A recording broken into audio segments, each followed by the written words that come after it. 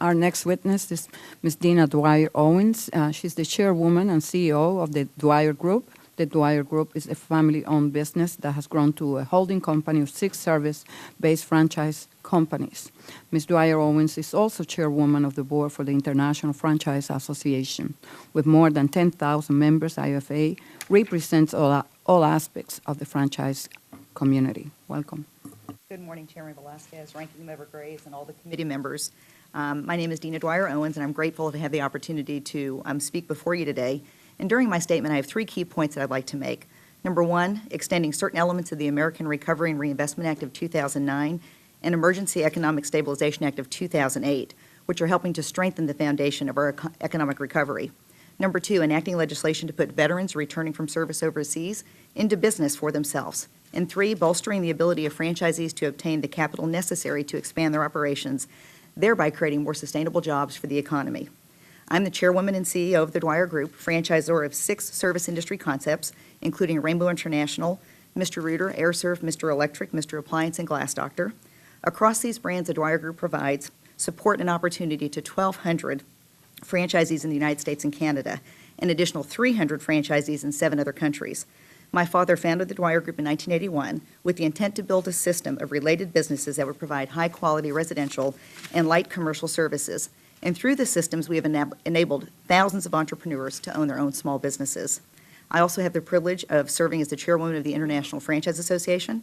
The IFA represents more than 85 industries, including more than 11,000 franchisees, 1,200 franchisors, and 600 supplier members. This is nationwide.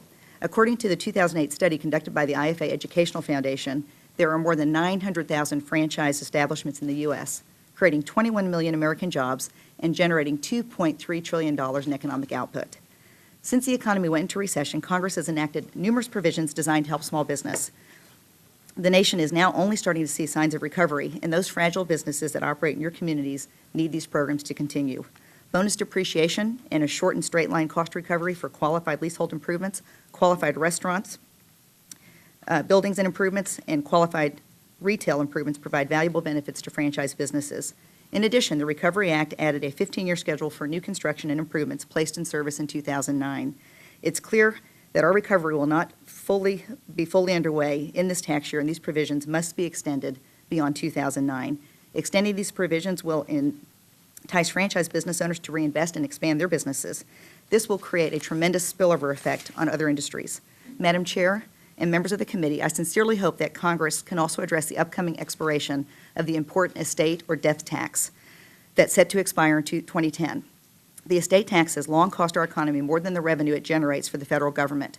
The IFA has advocated for a permanent solution to the estate tax, and I urge Congress to address the situation now before the tax returns to its pre-2001 level. There's another policy objective that I'd like to discuss, and that idea was inspired by a provision in the Recovery and Reinvestment Act, but not included in the bill. The Recovery Act included a provision providing a tax credit to employers to hire qualified military veterans. Taking this concept and expanding it to the entrepreneurial level, Congressman Leonard Boswell and Aaron Schock proposed a bill in June that creates an incentive to not only give our veterans jobs, but to give them the keys to the front door. H.R. 2672, the Help Veterans Own Franchise Act, establishes a tax credit for franchise businesses that choose to offer qualified veterans a discounted initial franchise fee. The tax credit would amount to 50% of the total franchise fee discount offered by the franchisor to the franchisee and would be capped at $25,000 per unit. More importantly, the bill would also provide a tax credit to the veteran who chooses to purchase a franchise and open a business in their local community equal to 25% of the remaining fee. So just to kind of net it out for you, in our business, for example, we give approximately a $6,000 discount on the initial franchise fee to the veteran. So we're asking for a 50% credit back to one of our brands for giving that discount to the veteran. Then the veteran would pick up another $4,500 tax credit. So basically, he's buying the franchise for about $14,000. Given the current economic climate, many franchise businesses are finding it harder to access the capital they need to open new stores and recruit investors. In order to encourage economic growth and to make it easier for veterans to own their own businesses, the IFA supports enactment of this tax credit for the franchise systems that choose to offer qualified veterans a discounted franchise fee. Assisting the transition of military veterans from active service to civilian life holds a special place for me, since it was my father, Don Dwyer Sr., who helped launch a program with the IFA nearly 2 decades ago as the United States was in the midst of the first Gulf War. At that time, nearly 100 members of the IFA stepped up to show their gratitude to our men and women in the military to provide financial incentives and aided them in acquiring their own franchises. We relaunched that program in 2002, and to date, there have been 1,500 veterans who have become franchisees through these generous franchisors that have given discounts. The Dwyer Group of companies alone are responsible for 170 of those veterans becoming franchisees. The same leadership qualities and adherence to established structure of operation that make our military the finest in the world translate perfectly into the successful operation of franchise businesses. I thank Representative Schock for his leadership in introducing this bill together with Representative Boswell, and I ask you to help support the Help Veterans Own Franchise Act. Before I close, I cannot pass the opportunity to impress upon you the ongoing concerns of the franchise community that we have with access to capital. Credit is the lifeblood of small business, as you know. Beyond the daily credit needed to keep a small business afloat, franchise investors need access to capital to expand their brands and create jobs. Unlike many jobs created by the federal infrastructure spending, we firmly believe that franchise jobs are sustainable. They'll be here when the asphalt dries. As tourism recovers, franchise jobs will provide services in hotels and restaurants, at rental car counters and travel agencies.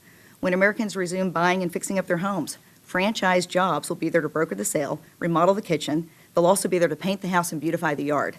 A recent study by the IFA Foundation revealed that for every $1 billion in lending to franchise businesses, 34,100 jobs, sustainable jobs, are created, which will help our economy recover faster.